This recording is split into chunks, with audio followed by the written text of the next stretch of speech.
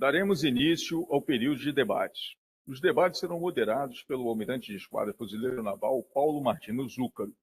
Convidamos os palestrantes e o moderador a ocuparem seus lugares à mesa.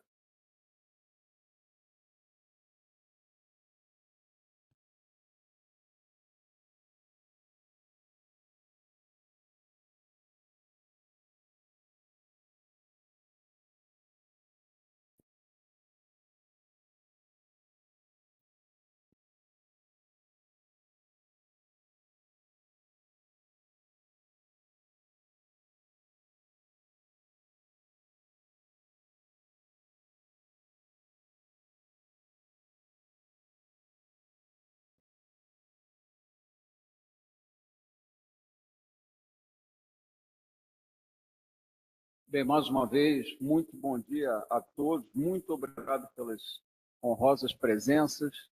Eu gostaria de destacar, em aditamento, a presença do Almirante Campos, nosso prezado presidente da Fundação de Estudo do Mar. Muito obrigado pela sua presença, Almirante. Também gostaria de adicionar aqui nas menções a presença do embaixador Paulo Pinto, nosso grande colaborador. Muito obrigado, embaixador, por sua nobre presença aqui entre nós. Bem, antes de começarmos o nosso debate propriamente dito, talvez eu invista aí uns 3 minutinhos só para fazer uma pequena resenha do que a gente viu e, de certa forma, mais que nada, uma confirmação daquilo que mais ou menos esperávamos das apresentações. O professor Speller, uma abordagem mais global, e na sua apresentação a gente, de alguma maneira ou de outra, confirmou, vamos dizer, que existem coisas novas, mas determinados princípios, ideias e valores, principalmente falando de guerra naval, poder naval, elas vão se perpetuando, e isso ficou bem claro na quantidade de exemplos do passado e na similaridade entre os fatos observados nesses eventos do passado com as guerras do presente e dentro do horizonte de previsibilidade.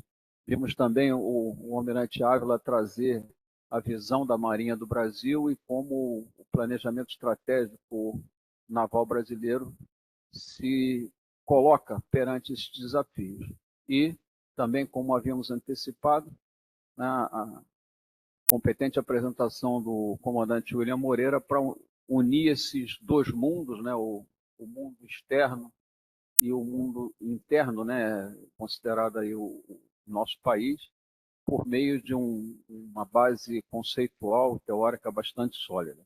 Então, esse foi mais ou menos o que a gente pôde ver nessa manhã. Para o debate propriamente dito, que a gente pretende iniciar imediatamente, eu me encontro aqui numa enorme dificuldade, porque eu tenho 20 perguntas da nossa audiência, dos interessados, e será absolutamente impossível termos as 20 perguntas respondidas. O que eu pude fazer aqui, dentro das possibilidades, foi agrupar essas perguntas em grandes blocos. Eu vou tentar distribuir esses blocos. Peço desculpas se a pergunta não sair exatamente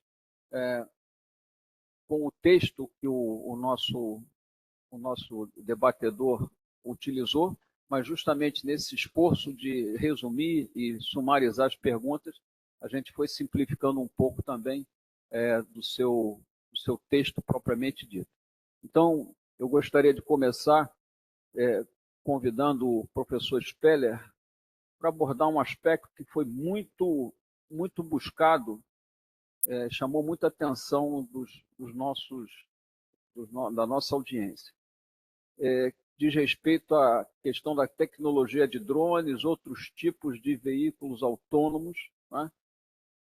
E como isso impacta no desenho das marinhas aí para o futuro, porque são elementos, né, de força que apresentam uma relação custo-benefício bastante interessante, né? São meios relativamente baratos. E, ainda nesse contexto, como que isso vai favorecer a atuação de marinhas de menor porte e, eventualmente, também a atuação, em tese indesejada, de atores não estatais por conta da possibilidade de um melhor acesso a esses meios, ou seja, a capacidade de não exercer controle do mar, mas fazer a negação do uso do mar por meio dessas tecnologias disponíveis e relativamente baratas. Com isso, eu vou tentar responder as perguntas do capitão de corveta fuzileiro naval Diego Nelson Sabá Cavalcante, do capitão de corveta Germano Filho, do capitão de mar e guerra Leandro Gomes Mendes, do capitão de mar e guerra João Roberto Vasconcelos Martins, do capitão de corveta Moraes Barros, do capitão de mar e guerra Moraes Barros e do capitão de mar e guerra Fábio Moraes. Então, eles, de forma geral, professor, buscaram justamente a sua visão a respeito dessa questão das novas tecnologias, com drones e outros tipos de veículos autônomos, e o que isso vai representar em termos de desenho de marinhas e a possibilidade de que esses meios estejam mais disponíveis para marinhas de menor porte e também de atores não estatais. Obrigado, professor. Thank you for the questions. Before I begin, I should make the point that I'm a naval historian, so asking me to project in the future on the basis of technology, probably everybody in this room is better equipped than I am to discuss what drones can do to warships. But I think having the long vision that an historian gives you can be useful. Change is normal. This is not the first time that navies, well-established traditional navies, have been threatened or had forced to adapt to change brought about by technology. In the 19th century, the only way to challenge a major navy really was to be a major navy. That it required a symmetrical response. Technology did not exist to be seriously challenged. And then by the end of the 19th century, you start to get new technology. You get torpedoes and sea mines. And then in the 20th century, you get aircraft. And then later, you get the development of anti-ship cruise missiles.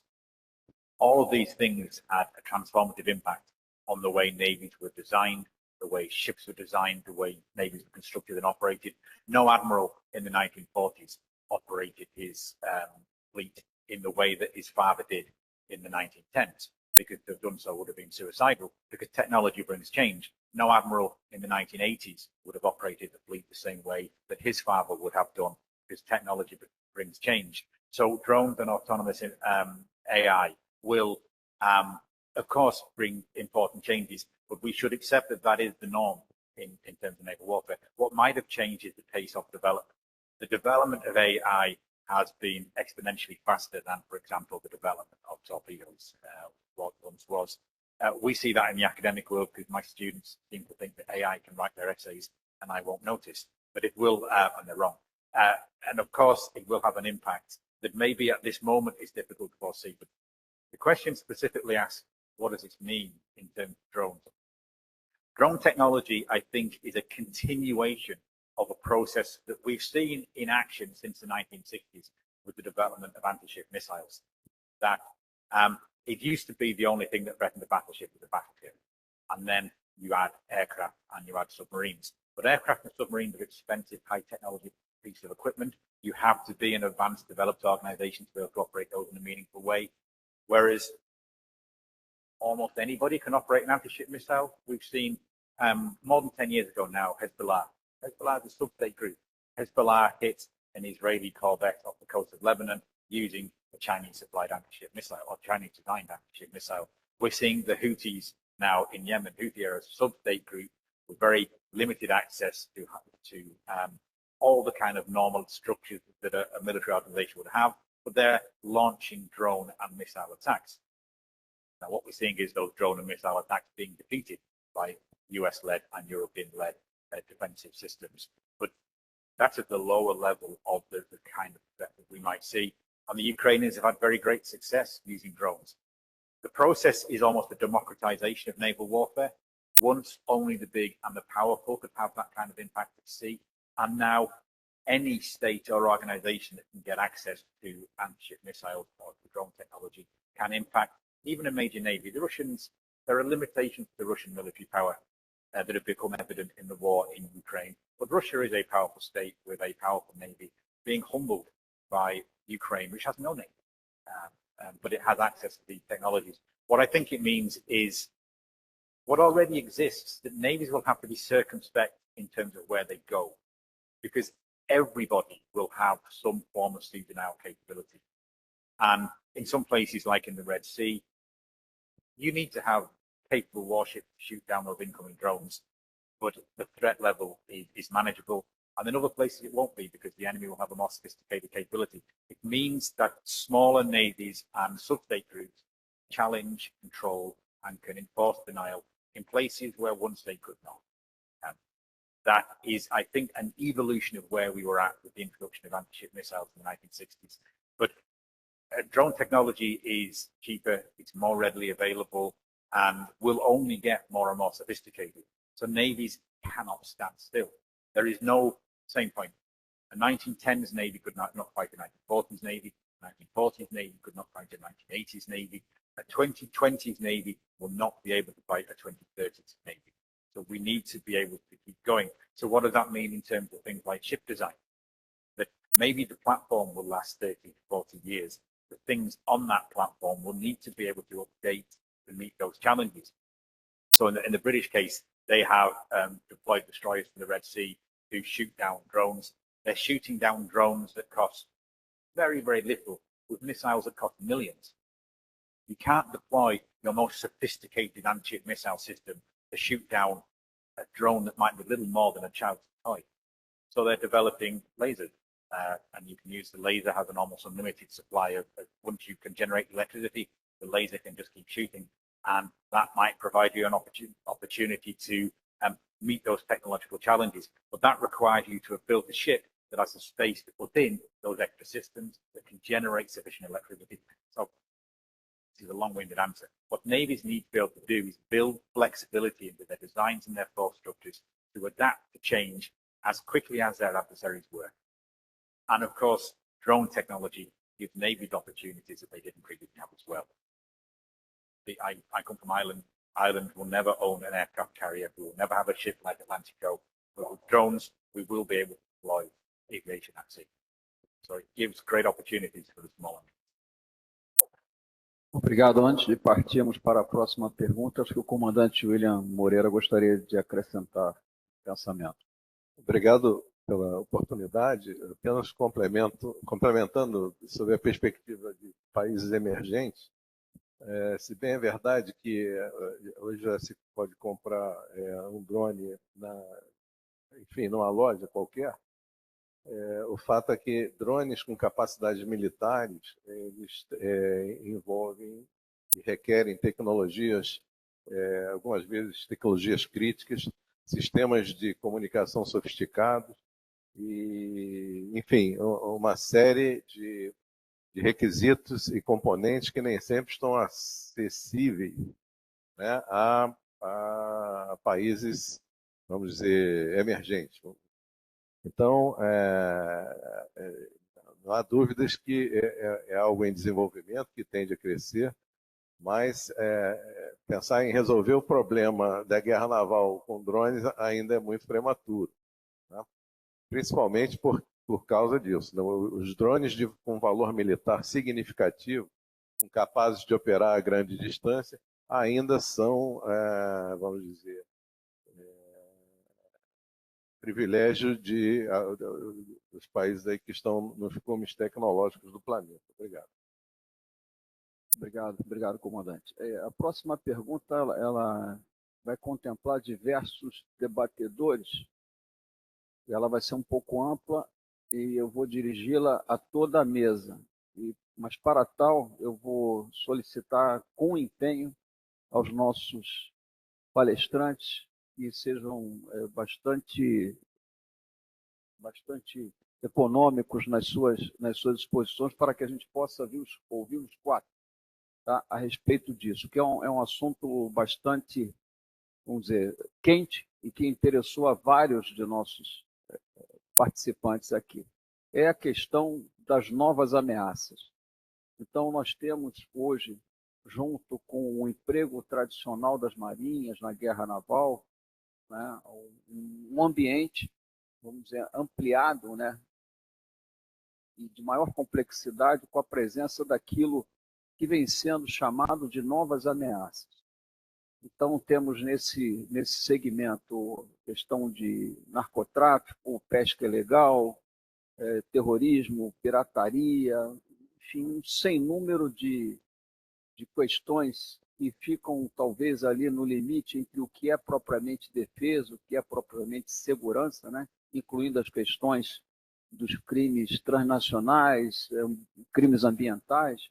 Então, esse grande grupo que a maioria das pessoas está chamando de novas ameaças, e que tem sido alvo da atenção de várias marinhas, inclusive da brasileira, até porque na Marinha Brasileira é uma missão formal sua de exercício da autoridade marítima para o país. Então, eu vou perguntar para os nossos palestrantes como que eles veem a presença dessas novas ameaças vamos dizer, no projeto de força das principais marinhas, particularmente de uma marinha de porte mediano como a brasileira. Então, professor Speller, se o senhor puder começar. I'll try to be brief, which is against my nature. In terms of new threats, I think some of these threats are not so new. We just didn't talk about them in the past. Admiral Nelson, Britain's most famous admiral, the most famous fighting admiral of all time, spent more time chasing important customs duties in the Caribbean than he did sinking French ships. We all hear about the big battle, but we forget the years of what would now be called maritime security duties. Navies have always done these things. So some aspects of these challenges are new, but the requirement to think about defence as more than just peer versus peer competition has always been there. So I think it's absolutely vital that to meet what the Admiral said in his presentation, that navies must meet tasks that the public understand and need. They must do things that are useful to the state, and these include hard security tasks, but also a wide range of soft security roles, what we sometimes call those new security challenges. And what implications that has for force design. The traditional naval view is you need a balanced fleet able to fight at the high end, and that cascades downwards. But you can't have a navy designed for maritime security able to fight at the high intensity level.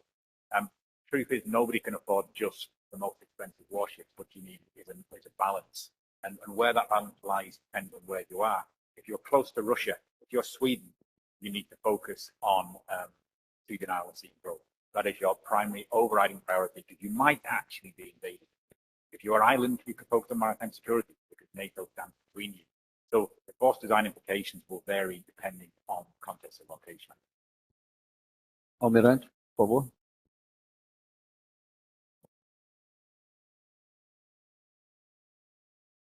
Realmente, agora sim. Realmente esse tema aí está sendo bastante estudado e debatido.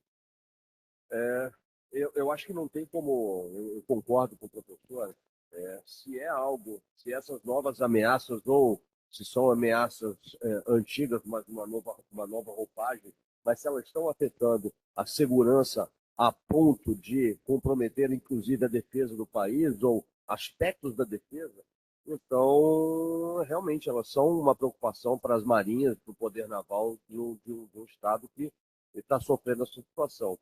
Agora, o que tem que ser analisado até que em que medida, né, uma força vai se desenhar para enfrentar esse tipo de ameaça, ou se ela vai utilizar as capacidades que ela tem para a sua atuação principal, ou seja, para a sua atuação na defesa naval, uma atuação mais clássica, para enfrentar esse tipo de ameaça. Esse é um ponto aí que tem que ser muito bem calculado, mas essas novas ameaças e com a tecnologia, né, com essas novas tecnologias, até voltando um pouco para a pergunta anterior, tem alavancado a atuação dessas novas ameaças. É até algo que recentemente, né, essas novas tecnologias digitais e drones, elas têm permitido atores não estatais atuarem como atores estatais e têm permitido também atores estatais atuarem como atores não estatais. É o caso da guerra híbrida, da guerra ou do campo cibernético. Então, elas têm que, essas ameaças ou esse tipo de atuação, de modalidade, entra no cálculo, sim, de uma marinha, do poder naval, mas tem que ser muito bem balanceado o quanto isso vai interferir na force design, no desenho da força. Basicamente é isso. Obrigado, Almirante. Comandante William Moreira. Obrigado, tendo assim concordar com o que já foi dito aqui. Eu acrescentaria essa questão das novas ameaças. Nós temos observado uma evolução conceitual associada aos empregos das marinhas, né? Aquelas formas trinitárias, triangulares enfim, tipo de emprego da marinha, militar, diplomático e uma palavra de origem inglesa, constabular, né? Associado a justamente as atividades de boa ordem no mar, como se falava mais antigamente, que veio sendo substituído por uma questão de assegurar maior abrangência pela segurança marítima, né? Eu vejo, pegar um exemplo aqui de uma experiência profissional que eu tive, de ver a necessidade de a Marinha enviar um meio para receber um navio, ou melhor, a embarcação pequena que foi autuada por contrabando de drogas no meio do Atlântico, por um navio e outra bandeira. Teve que enviar uma fragata para receber esse barco de pesca, um barco pequeno, né, mas que estava com muita droga. Então, é um caso desses que foi novas ameaças, né? Contrabando, narcotráfico, pirataria, coisas. Talvez um projeto de força que tenha meios de forma balanceada, né? Que tenha meios assim, menos sofisticados, mas também capazes de fazer esse tipo de função, e pode ser um caminho, né, para lidar melhor com isso de uma forma mais barata. Da minha observação pessoal, eu vejo que, no caso da Marinha do Brasil, houve uma certa guinada, uma certa mudança em termos de atenção com essas atribuições subsidiárias da Marinha a partir dos anos, na virada do milênio, digamos assim, né? Então, esse projeto de navios patrulha de menor porte, e agora com esses de maior porte, navios de patrulha de capacidade oceânica, ele vem, de repente, a ajudar a instrumentar melhor e de forma mais barata a eventuais atuações que se façam necessárias na Marinha nesse tipo de evento, né? Mas é isso. Pirataria não é ameaça nova, talvez esteja nova em magnitude no nosso tempo. E também, aqui no caso brasileiro particular, né, nós não temos esse tipo de ocorrência, quero crer, né? Tem as questões de roubo armado, mas aí é outro tipo de atuação. Então é isso, são meios de forma balanceada para que tenham um instrumento apropriado para cada situação dessa que venha a ocorrer. E nesse caso, eu entendo que a Marinha veio, vamos dizer, se instrumentando também nessa direção. Okay? Eu só vou me permitir agregar aqui um pensamento bem popular, mas eu acho que ele se aplica bastante bem ao caso do projeto de força de marinhas diante das novas e velhas ameaças, né? Quem pode mais, pode menos. Então, se é possível ter um projeto de força balanceado, com uma palavra muito usada aqui, flexível, talvez a melhor palavra seja realmente flexível, mas que, vamos dizer, tem origem no conflito armado e que, com adaptações, possa atender essas novas ameaças, Isso me parece ser mais sábio do que fazer um projeto de força baseado nas novas ameaças e que não vai dar conta das velhas. Até porque ninguém disse que as velhas ameaças foram embora. Elas podem até, no caso brasileiro, não estar tão aparentes assim, mas ninguém avisou que as novas substituíram as velhas ameaças. O Almirante Campos sabe que eu insisto bastante nesse ponto, né, Almirante? Não vou perder uma oportunidade dessa. Né? Ninguém disse que as velhas ameaças foram embora, não. Elas podem estar um pouco menos evidentes, mas elas estão por aí.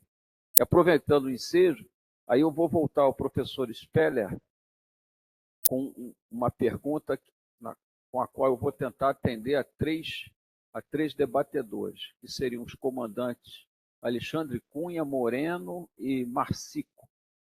E diz respeito justamente à questão dos ensinamentos que estão vindo desses conflitos mais recentes e sua aplicabilidade ao caso do Atlântico Sul, que continua sendo, como sabemos, uma das áreas mais pacíficas, se não a mais pacífica do mundo.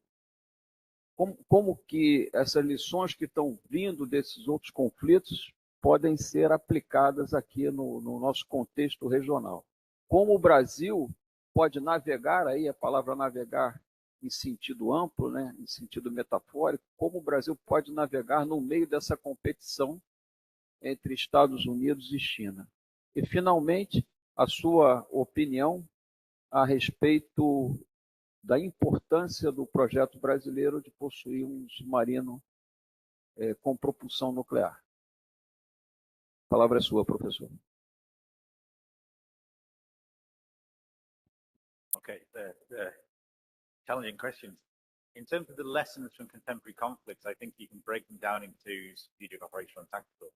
Tactical lessons are useful to us all because we can get an insight now into, for example, the impact of drone technology and what that might mean if you're operating in a littoral region. And that's applicable to all navies. We can look at events in Ukraine and see how does modern naval technology respond when it's faced with those kind of challenges. That's in a tactical sense, but will that happen in Brazil? Who would it be firing drones at your ships in these waters is not such an easy question, but you don't only sail in Brazilian waters. Until recently, you had ships supporting UNIFIL. UNIFIL is a space where people might fire drones at you, or they might fire anti-ship missiles at you. So you need to know what happens. You need to know the capabilities that those people might have and what they might do with them. There will be times again where Brazilian ships operate in areas where there are potentially hostile adversaries with these weapons. So it's vitally important that this Navy, that all navies, remains current and up to date in the range of threats and challenges that they may face. Because you don't know where you will be next year. You don't know when a crisis will occur and where those ships will either be deployed.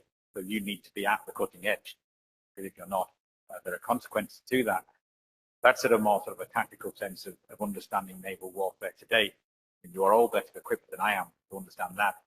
In terms of strategy, what does this tell us about Brazil's future plans?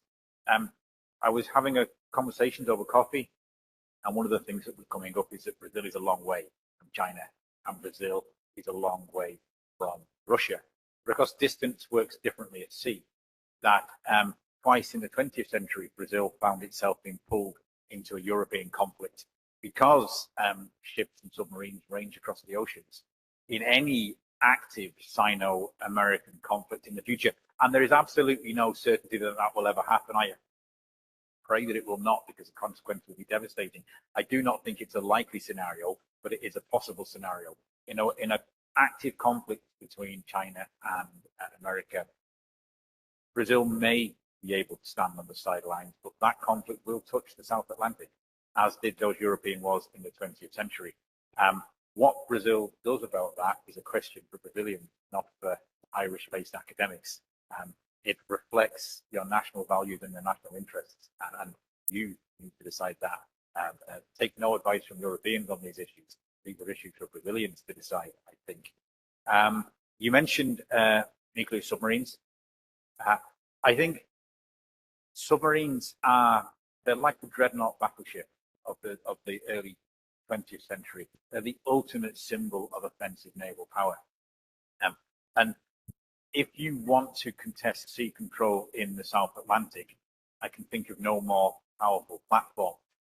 And a little bit like dreadnoughts, but even maybe more so because of the covert nature of these weapons. The simple possession of a credible nuclear-powered submarine capability makes you a player that cannot be ignored. If Brazil is able to deploy nuclear submarines on a credible basis, nuclear-powered submarines on a credible basis, it means that whoever is operating in the waters off Brazil has to take into account what Brazil thinks, because these are incredibly capable weapon systems. So that gives you a voice that cannot be ignored. But these are incredibly capable systems. If you have that capability, you do not have the option of being ignored. Maybe that brings challenges as well. I live in Ireland, a small neutral country, and part of Irish defence is to deliberately be so small that you threaten nobody. You have nuclear-powered submarines, that you're not in that position. So it brings opportunities and responsibilities as well. Bem, é com bastante pesar que eu vejo o tempo se esgotar. Eu vou conduzir uma última pergunta dirigida à mesa. Mais uma vez peço a objetividade aí por parte dos nossos palestrantes, mas eu acho que é uma pergunta que vai sumarizar bastante bem uma série de coisas que nós vimos aqui, e particularmente uma ansiedade da Marinha brasileira com relação ao nosso poder político e à nossa sociedade. A pergunta é para a mesa, naturalmente o professor Speller não estará totalmente a par vamos dizer, das relações entre Forças Armadas e sociedade, particularmente no sentido dos orçamentos, que é uma grande preocupação. Mas a pergunta para a mesa, como última pergunta, já adianto que todas as 23 perguntas serão encaminhadas aos respectivos palestrantes, esperando que eles possam oportunamente respondê-las pelos e-mails. Mas essa pergunta, para a gente encerrar, diz respeito ao seguinte: nós estamos agora, no ano de 2024, comemorando os 20 anos da expressão Amazônia Azul, que tem um sentido muito forte nesse objetivo de aproximar a Marinha da sociedade, do poder político, e de fazer essa sociedade, esse poder político, entenderem a importância da nossa Marinha, o que ela defende, o que ela representa na defesa dos interesses do Brasil no mar.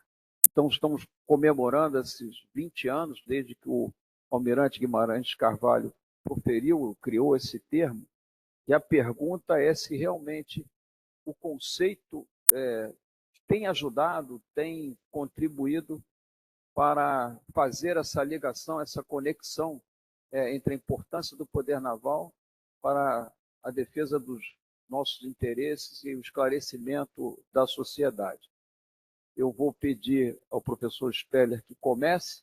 Naturalmente, eu acho que ele vai acabar trazendo uma abordagem um pouco mais conceitual do que vamos dizer, a relação entre as marinhas e a sociedade, o esclarecimento, né, que é necessário nessa comunicação, da importância do poder naval, lembrando que as marinhas, nós das nossas diversas marinhas, cumprimos nossa missão a centenas, se não milhares de milhas da costa, e isso já representa uma dificuldade da sociedade de visualizar o cumprimento da nossa missão.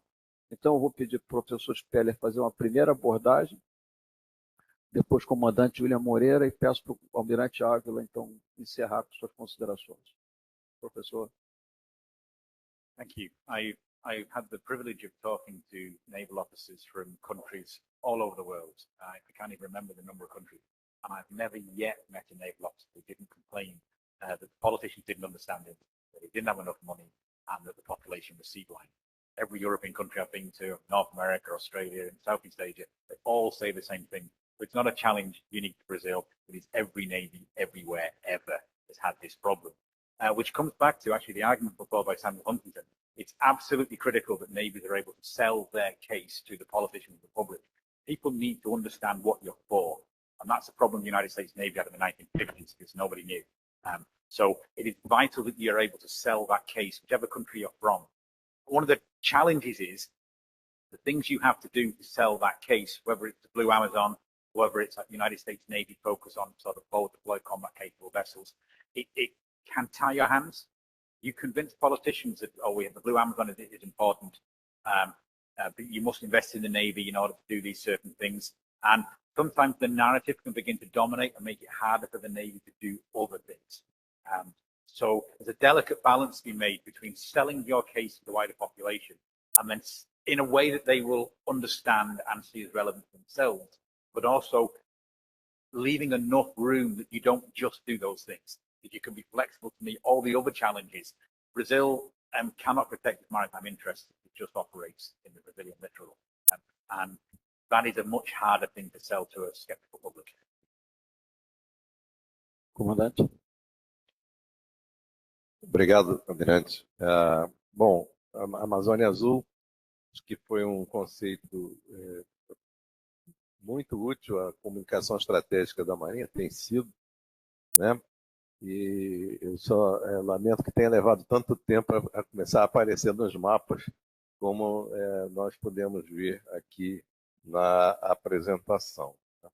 Agora, com relação a essa questão, relação com a sociedade civil, poder naval, tem muito a ver com a questão da mentalidade marítima, que, aliás, é um projeto estratégico da Marinha.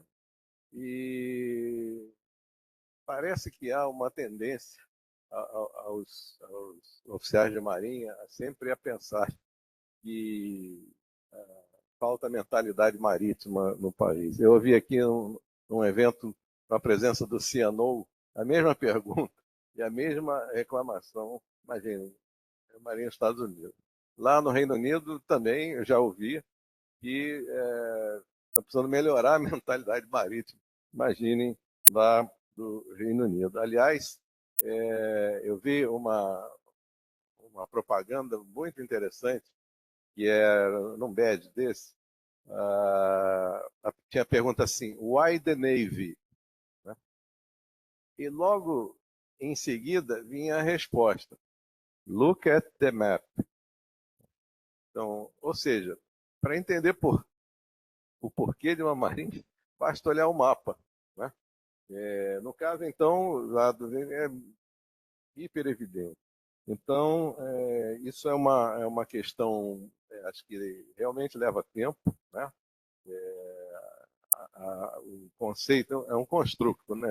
A Amazônia Azul, ele vem entrando no jargão das comunicações políticas, já faz parte dos documentos aí, condicionantes de alto nível, estão na literatura, nas teses, nas dissertações, nos artigos científicos.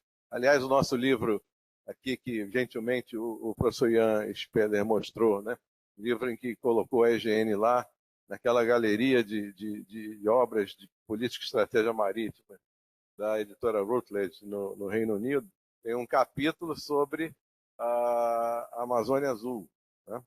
Então, eu diria que acho que é um conceito que deu certo, né? Como foi?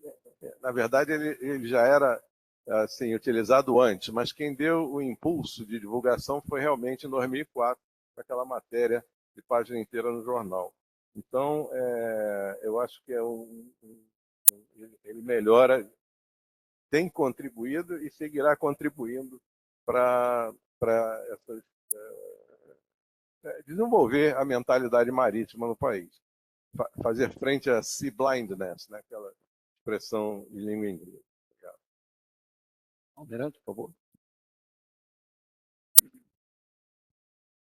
Obrigado, Almirante, pela pergunta bastante interessante.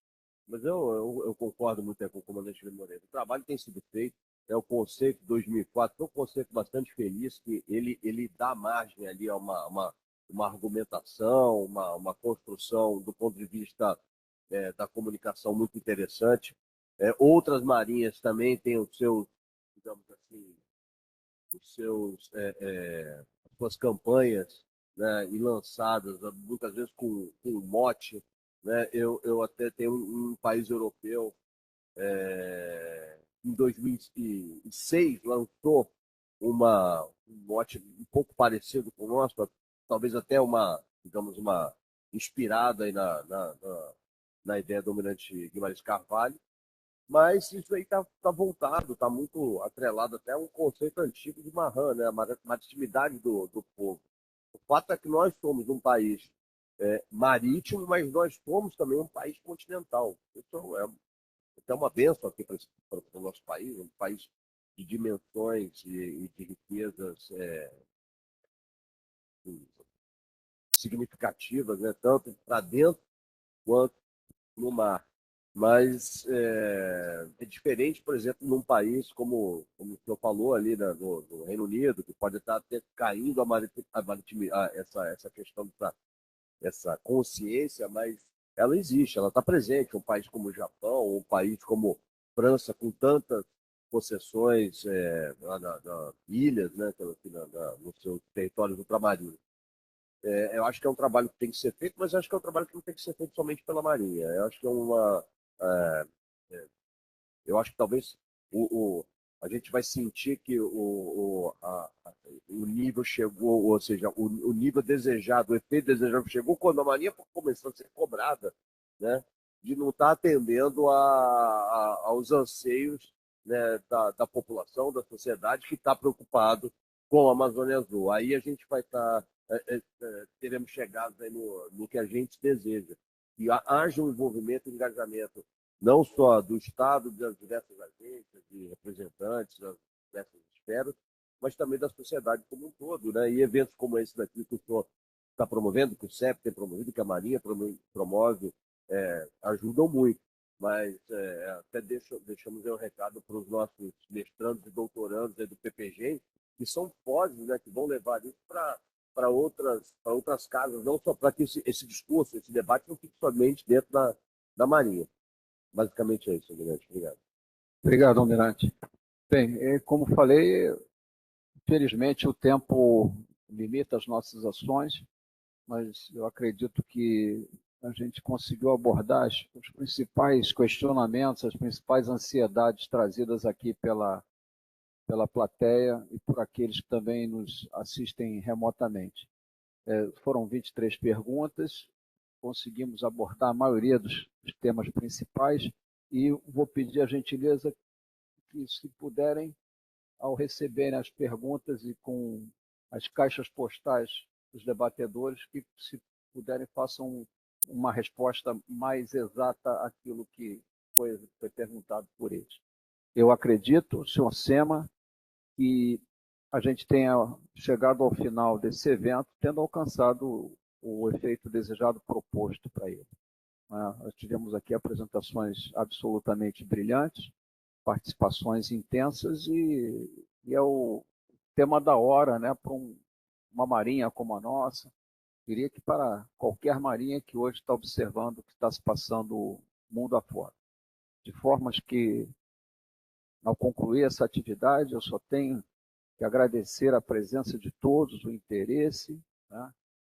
Tenho que agradecer especialmente aos nossos palestrantes, né, por suas instigantes e esclarecedoras palestras, e fazer também um agradecimento especial ao professor Speller, que gentilmente atendeu o nosso convite, né, venceu essas distâncias aí de um hemisfério a outro para estar aqui conosco e trazer muito do seu conhecimento, que é vasto, praticamente infinito aí no campo do poder naval e poder marítimo, e hoje nos brinda com essa oportunidade. O professor Speller vai seguir mais algum tempo conosco, com atividades aqui na Escola de Guerra Naval, de forma que a gente fica muito agradecido, professor, por toda essa disponibilidade, por seu pronto atendimento do nosso convite. Uma vez mais, muito obrigado. Eu peço à plateia uma calorosa salva de palmas a todos.